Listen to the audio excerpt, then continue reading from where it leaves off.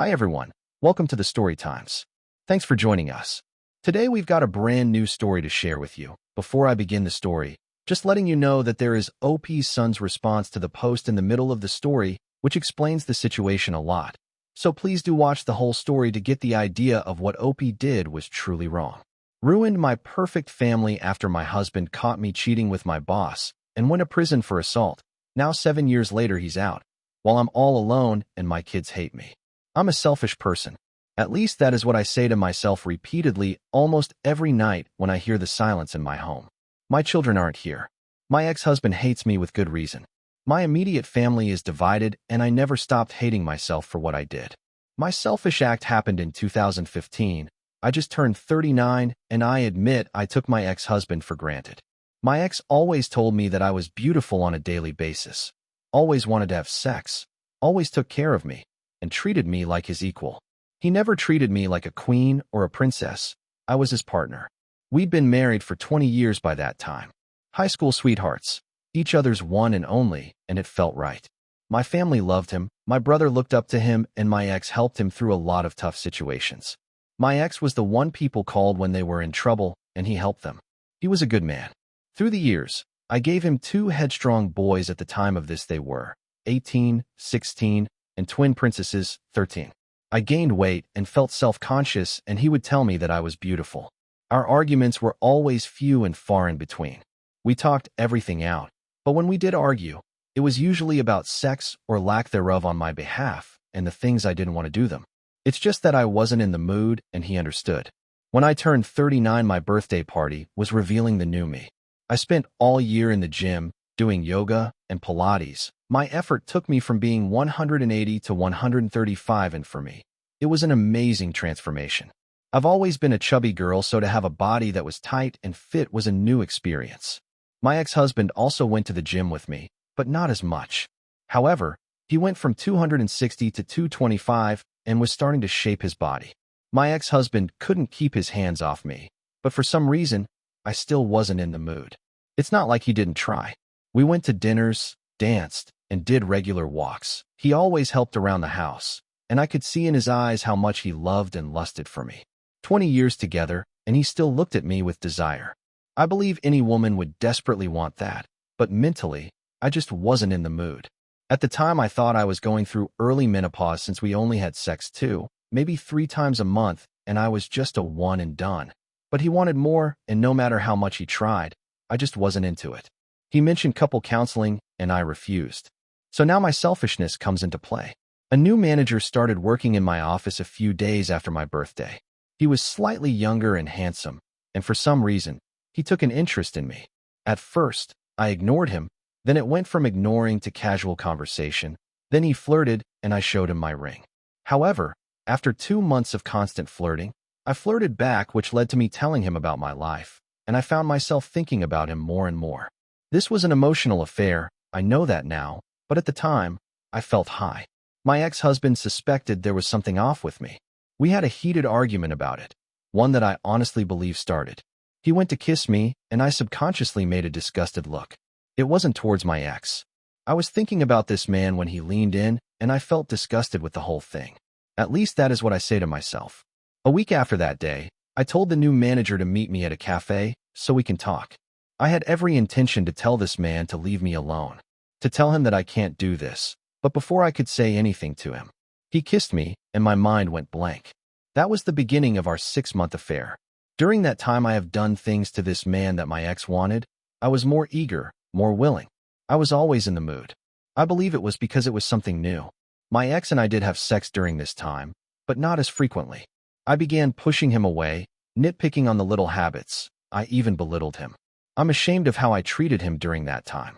I only realized what I was doing when my brother came to visit me and told me that my ex confided to him about how depressed he was feeling and was thinking about filing a separation, saying that he felt that I don't love him anymore and he was starting to fall out of love with me, and that snapped me out of it. So I immediately called it off, quit my job, and told myself that I was going to make my husband feel loved and wanted. I was going to fix this. I was going to be a better wife if I could. My AP showed up at my house with a box from my office. Stuff from my desk that I requested to have shipped. We spoke, He wanted to know what he did wrong, and I told him that I needed to fix my marriage. I told him to leave, and he wanted one last go around, and I told him no, and he begged, pleaded, and like a fool, I agree. We went to the guest room, and we went at it. I do not know how long we were doing it, but when he was on top of me, I felt him violently jerk back, and there was a loud bang. I sat up, and my ex was looking at me. My AP was on the floor, and there was a large hole in the wall. I tried to say something to my ex, but his eyes were bloodshot, there were tears flowing, and his lips were trembling. I could see he was in so much pain, and I felt so disgusted. I watched as my AP stood up and attempted to leave. My ex looked at him, and my AP told him that if he knew what was good for him, he'll step back. So my ex attacked him. I screamed and cried, telling my ex to stop, and out of desperation, I jumped on his back, which resulted in me getting slammed to the floor. Everything got hazy for a while.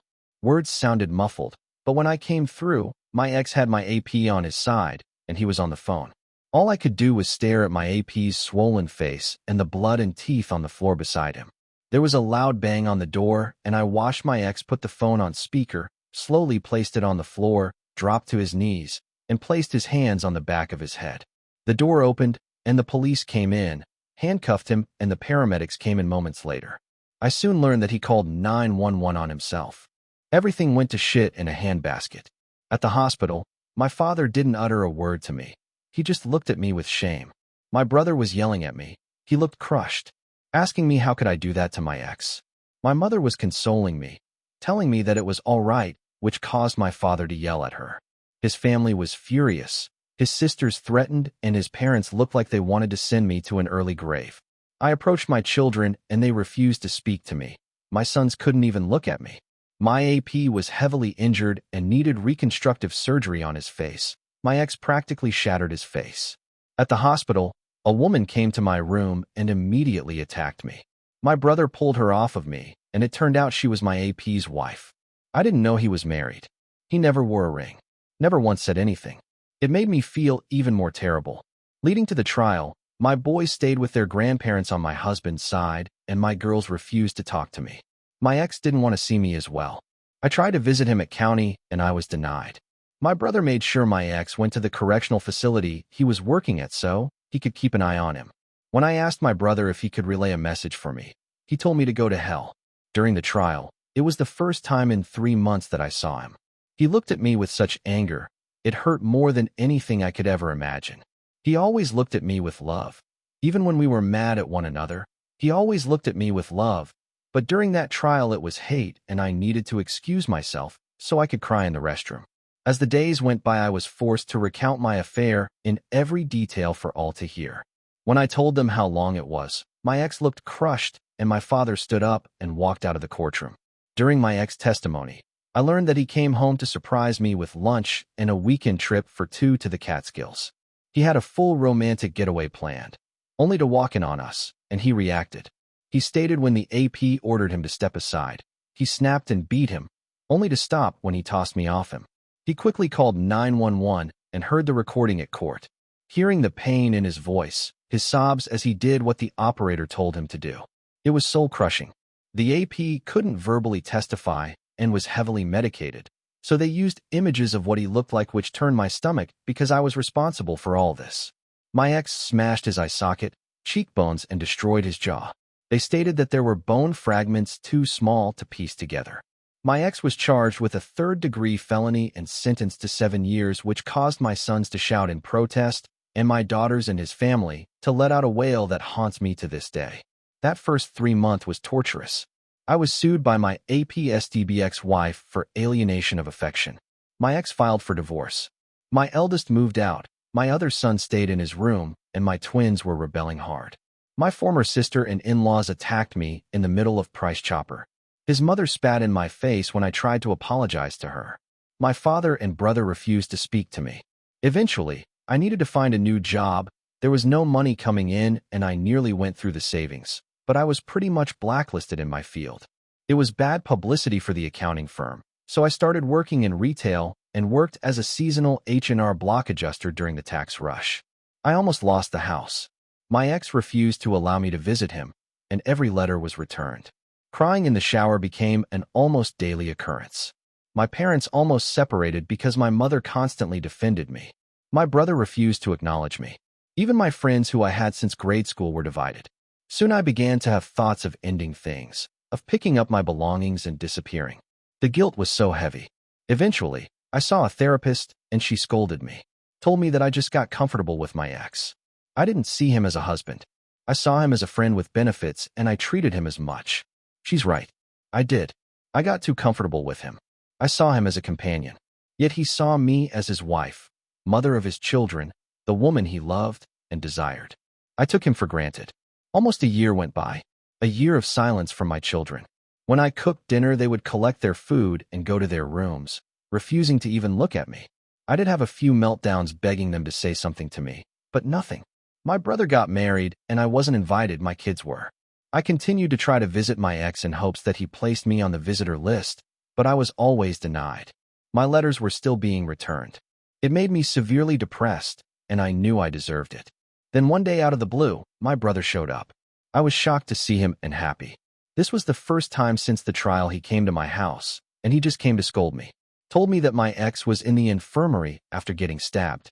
An inmate tried to sexually assault him in his cell, resulting in my ex getting stabbed in his stomach and the inmate getting his spine broken. My brother screamed at me, "You did this," before going back to his truck. I cried for days after that. Because he was right. I did this. I tried to visit him at the infirmary, and I was still denied. For 4 additional years, I tried to talk to him and still wrote letters, but they were returned. Thankfully, our children visited their father a lot. That is how I learned he was placed in protective custody by my brother since his attack. Through the years, my eldest went to the same college my ex attended, and even took the same major. He only calls his siblings. He never wanted to talk to me. He never comes to the house for the holidays, only to his grandparents. My other son followed suit, by going to the same college and refusing to call me as well. My twins were hard on me, but they visited their father weekly, which bettered their mood, and whenever they get overly rebellious, they had their uncle put them in their place, but my brother and I still hardly spoke. I tried to visit his wife when they had their first child, but I was asked to leave. My mother kept me in the loop on what was happening in their lives. My father still refused to acknowledge me. Then at the beginning of May this year, my kids were happy and my sons came home. I didn't know why and I didn't care. They were home. For 4 months my children were around, and I did everything I could to show them how sorry I was. But I was mostly ignored, but they were talking to me, and it made me so happy to have a conversation with them, to know what was happening in their lives. My eldest was dating a woman for over a year. My second-born was on a college track team. Even my girls began to talk to me again, and I hated myself even more for what I did to them. Seeing them smiling again, joking, and eating dinner together. I missed it so much. At the end of August, I was all gearing up for the twins' first day of their senior year, which also falls on their 18th birthday. I expressed my excitement over their birthday party, told them what I was planning to do, and without hesitation. My girls asked me if we can do it on a different day. It confused me because I thought we were starting to get better. When I asked why, one of them said, "Because Dad is throwing us a party and don't want you near him." That comment shocked me. I asked when their father was released, and they said he got out at the end of April for good behavior. I cried because he was out, and it broke me a bit more. They were around more because he was out. They were happier and cheerful because they had their father back in their lives. It wasn't because we were starting to heal. They had him back. I asked where he was staying, and they told me that he was staying with my brother. I tried calling. I needed to talk to him, but he refused. I tried going over holding all of the letters that were returned through the years, and I saw him briefly through the door crack. I shout out his name, and I was asked to leave by my brother. I handed him the letters and left. When I got to the driveway, I heard his voice. I turned around, and he was walking towards me. I instantly started crying and went to hug him, and he handed me back my letters. "You forgot this," he coldly said to me, and I cried watching him walk away. I begged him. I pleaded for him to just talk to me, and he just walked back into that house. My children were staring at me by the door, and they all had no love in their eyes for me. At that moment, I realized that my children were just tolerating me. However, I still want to fix this. I want to tell him how selfish I was. I want to tell him how much I missed him. Tell him that I am so sorry for destroying what we had. So I'm trying to still push through my daily life. I learned from my mother that my AP's ex-wife was visiting my ex 2 years ago, and she's been coming around to see him. I don't care really. I just want him to somehow forgive me. I want him to talk to me. I want him to be beside me. I want him to look at me the way that he used to. I want my kids beside us. I just want my family back. Yet I know I don't deserve it. Even by some miracle, we become one again, it will never be the same. I was selfish and I wish I can take it all back. This is a response to my mother's post "My selfishness ruined my family" on support for Wayward. I'm a regular on Reddit, so I am using a throwaway because I really don't want any of the people I know in my social life to know that this is me. I strive to keep my past a secret. My college friends don't know that my dad was in prison, nor do I care to tell them. So when I walked around campus and heard a lot of people talking about this post and fucking sharing it, brought back a lot of emotions that I have been trying to overcome.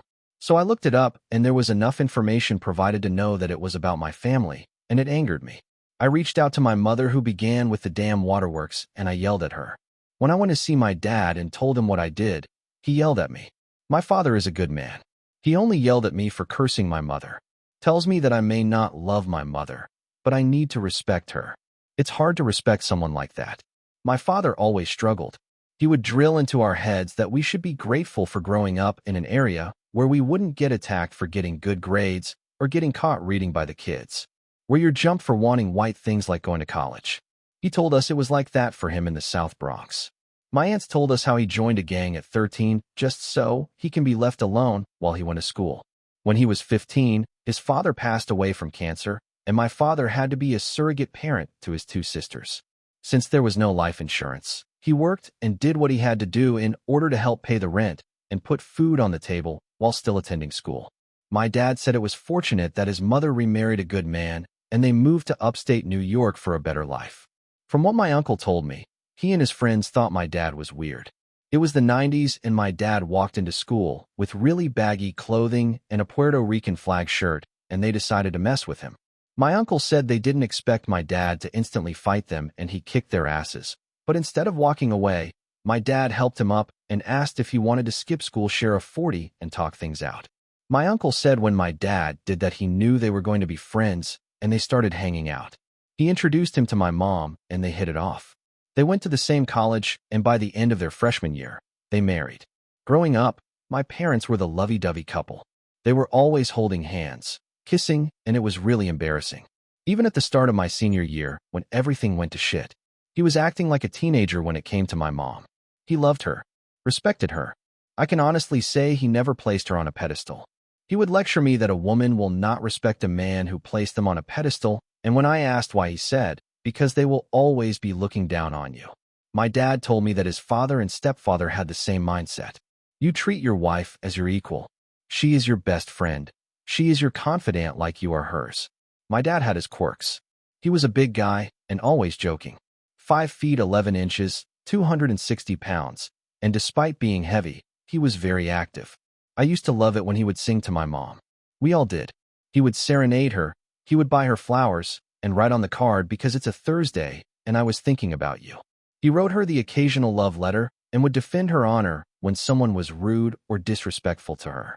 Always told her how beautiful she was. My dad showed the girls what kind of a man they should have in their lives. When it came to my uncle, my dad was always there for him. Even when everyone thought he was a lost cause, my dad never gave up on him, and as my grandfather once said, knocked the stupid out of him and left behind the man he was supposed to be. That phrase always made me laugh. My dad showed me how a man, a friend, and a husband are to act, and my mother, before her affair, always loved my dad. He always supported her and encouraged her.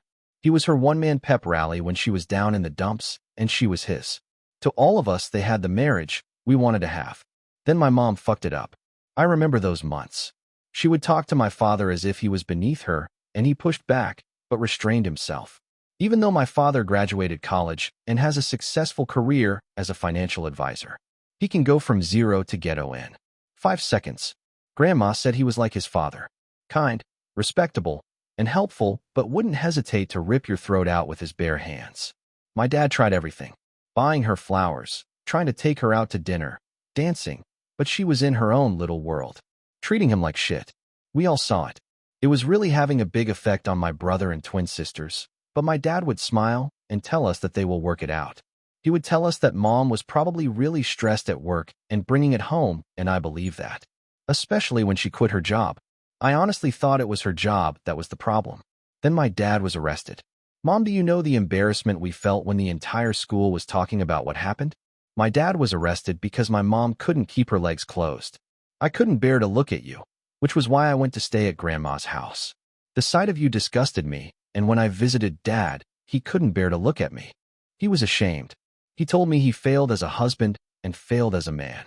I told him he didn't, but he said he did because a man would have thought about the consequences of his actions before doing so fucking stupid, and he failed as a husband because his wife fucked another man. I told him to please look at me, and he wouldn't.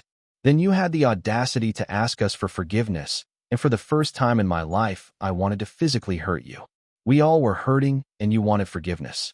When I sat in that trial, listening to that 911 call was the worst 25 minutes of my life. 25 minutes listening to my father who would have killed and died for you crying. Asking the operator for help. Telling that woman that he just killed someone. Listening to that woman talking him down while hearing him say over and over, "The love of my life cheated on me," hurt us more than anything. I know you tried to act as a character witness for Dad. We all told you not to do it, and you did it anyway. Why? Did you want to show us that you still loved him? Tell the court that he's a good man? Because in my opinion, that cross-examination where you told everyone how long you were with that son of a bitch was why we lost him. Why he was sent to jail, and I believe if we had an actual lawyer instead of an appointed one, he would have walked. I had anger issues because of that. My brother became a closet alcoholic. One of the twins was suicidal, and you didn't notice. All you wanted was to try and fix things with Dad, leaving me to keep my siblings afloat. I hated you. In some way, I still do. When I went to college, I wanted nothing to do with you. Like my father, I had to be a surrogate parent to my siblings. I was working a full-time job, going to college, and sending you money to help pay for the bills. I don't know why you made it look like you were doing it on your own. Mom, I know it was hard. I know you were really depressed, but you had help with the bills and Grandma did defend you. But she only did it because everyone was against you. At least that is what the twins believe. When Dad got stabbed, I almost had a nervous breakdown. I just saw him that day. I was poking fun at how muscular he got, and we had a good laugh on what Dad called a prison body plan. He made it sound like a fun commercial. I was halfway back to school when I got the phone call. I nearly crashed the car because my brain turned off. It was hard for everybody. I didn't tell anyone this, but I sat outside that Sob's apartment. I wanted to fuck him up so badly. But when I saw him walking with that cane, I remembered what Dad said and drove off. As the years passed, Grandma died. Then Grandpa a few days later from broken heart syndrome, and Dad couldn't attend the funeral. Did you know that both his sisters got married in the waiting area, just so he could give them away?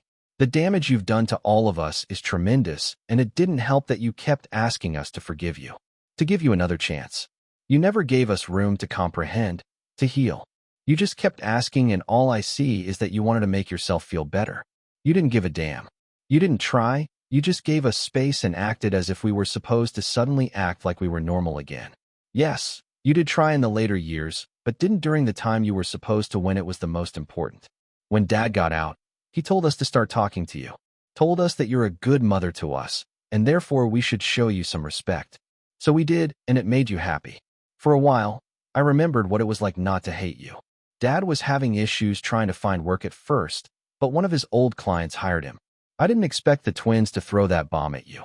Dad did not want you to know he was out. So when you appeared, it really bothered him. He threw up after he spoke to you. He said the very sight of you sickened him. As for your statement in your post about that ex-wife coming to see Dad, she's been coming to see Dad weekly for over 3 years, and they've been spending time together since he got out. So please stop building a castle in the sky of the two of you getting back together. If you want to talk about this, call me. You want to fix things with your children, call me. What you did last week posting what is arguably the worst moment in our lives is pure selfishness, as your title suggested. I told Dad about this, and he doesn't care. He said you're just the mother of his children, nothing else.